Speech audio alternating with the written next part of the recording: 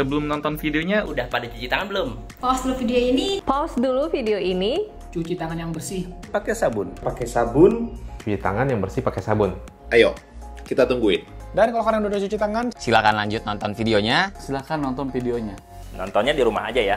Nontonnya di rumah aja ya, jangan kemana-mana. Jangan kemana-mana. Yuk, jaga kesehatan. salah. Halo Sobat Tekno, apa kabar kamu hari ini? Semoga kamu selalu sehat dan banyak rezeki. Udah lama nih saya pakai ini, iPhone 7 Plus. Waktu belinya saya nggak sampai 6 juta, itu harga baru, harga resmi garansi iBox. Kamu bisa cek deh di deskripsi video. Dan di video ini saya mau bahas ini, iPhone 7 Plus ini kalau dipakai di tahun 2020 ini, atau mungkin 1 tahun ke depan lagi, kira-kira masih asik nggak ya? Masih oke nggak?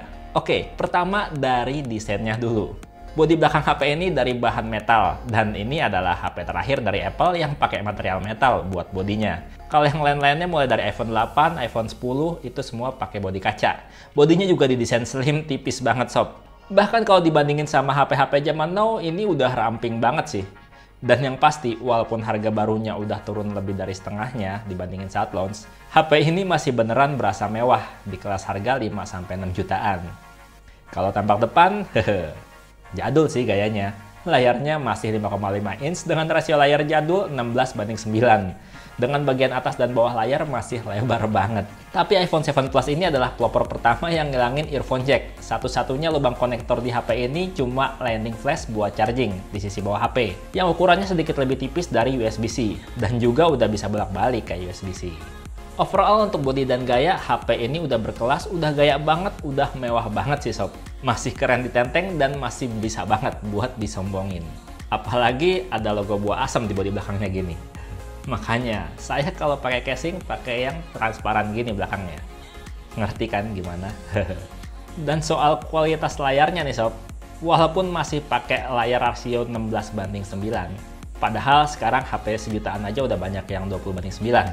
Tapi kualitas visual HP ini tuh mewah banget sob, nyaman banget di mata, baik di dalam ruangan ataupun di bawah sinar matahari.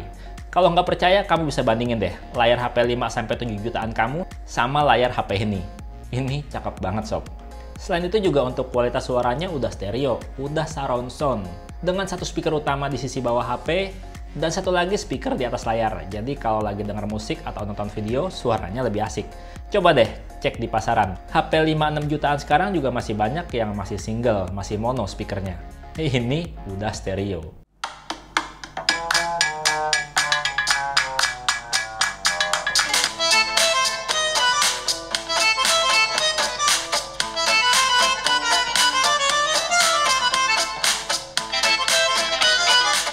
Kalau ngomongin performa juga HP ini udah cukup banget. Ya nggak istimewa sih, tapi udah cukup banget. Pakai prosesor Bionic A10, quad-core 2,3 GHz dengan pabrikasi 16 nanometer, dan cuma 3 GB RAM. HP ini skor Antutunya 210 ribuan lebih. Mantep? Ya enggak sih. Masih kalah banget dibandingin HP 3 jutaan atau bahkan 2 jutaan sekalipun. Tapi itu hanya sekedar angka sob. Kalau untuk multitasking harian, HP ini tuh udah enak banget, udah lancar banget. Karena aplikasi-aplikasi yang berjalan di HP ini tuh optimal semua, lancar, jadi nyaman banget dipakainya. Ngomongin aplikasi yang optimal, saya udah pernah bahas di video sebelumnya ya. Kamu bisa cek link yang nongol di atas, atau bisa cek di deskripsi video. Di situ saya pernah bahas mengenai iPhone. Kenapa aplikasinya bisa optimal. Dan ngomongin buat main game, kalau buat main game COD sih udah lumayan enak ya, walaupun masih mesti puas dengan setting grafis cuma di low dengan frame rate high sampai maksimal di very high dengan frame rate high. Ya kalau saya sih mainnya cukup di setting medium high aja ya, lancar banget dan asik bannya. Soalnya kalau grafisnya ditinggiin lagi, HP-nya cepet panas sob, cepet demam, dan baterainya juga cepet habis. Jadi di medium high aja.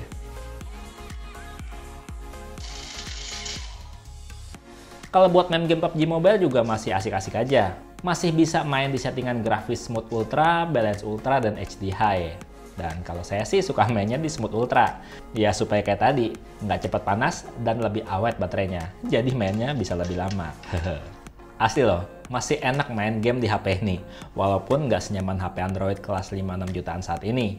Atau bahkan 2 jutaan sekalipun, di mana layarnya lebih lega dan performa plus baterainya lebih awet.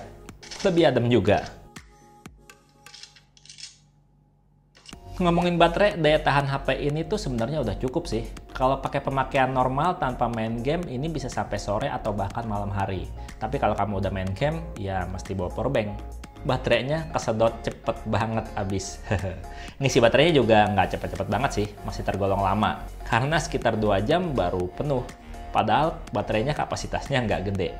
Ya karena emang HP ini adalah HP terakhir yang belum support fast charging power delivery-nya Apple. Yang lainnya udah, yang ini belum. Terus juga nih sob, untuk sistem keamanan HP ini belum bisa ngenalin muka. Belum ada Face ID, Face Unlock, ataupun apapun itu namanya yang pakai muka ya. Tapi HP ini udah menggunakan sensor sidik jari di bawah layar sob. Bukan di dalam layar, bukan di balik layar, tapi di bawah layar. Tapi performanya cepet banget dan nyaman banget makainya. Bahkan kalau dibandingin sensor sidik jari di bodi belakang HP-HP Android, ini lebih nyaman sob. Dan sensornya ini jadi satu sama tombol home yang sebenarnya nggak bisa dipencet, tapi bisa ngasih feedback seakan-akan kayak dipencet. Mirip banget kayak tombol fisik, padahal cuma kapasitif aja. Sensor-sensor di HP ini juga tentunya lengkap dan komplit. Sensor gyroskopnya real time banget. Sensor magnetiknya juga bisa bikin HP ini jadi kompas, dan GPS-nya juga akurat banget buat nunjukin jalan. Apalagi yang belum dibahas? Oh iya, bagian kameranya. HP ini kamera depannya cuma 7 megapiksel aja. Dan belum bisa mengambil foto bokeh sob. Tapi hasil foto-fotonya udah cukup oke, dengan tone warna yang natural dan detail yang cukup tajam. Masih keren lah kalau dipajang di sosial media.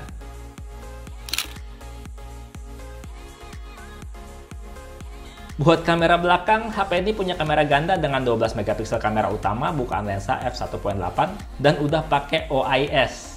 Dan 12 megapiksel kamera 2 kali optical zoom.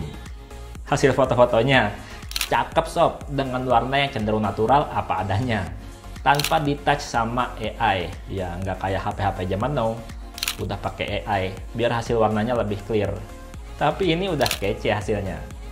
Apalagi hasil foto potretnya, rapi sob.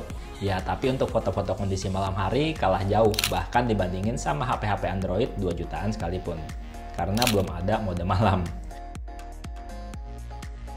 Kalau untuk hasil rekaman kameranya, ini keren sih, karena HP ini udah pakai OIS, Optical Image Stabilization.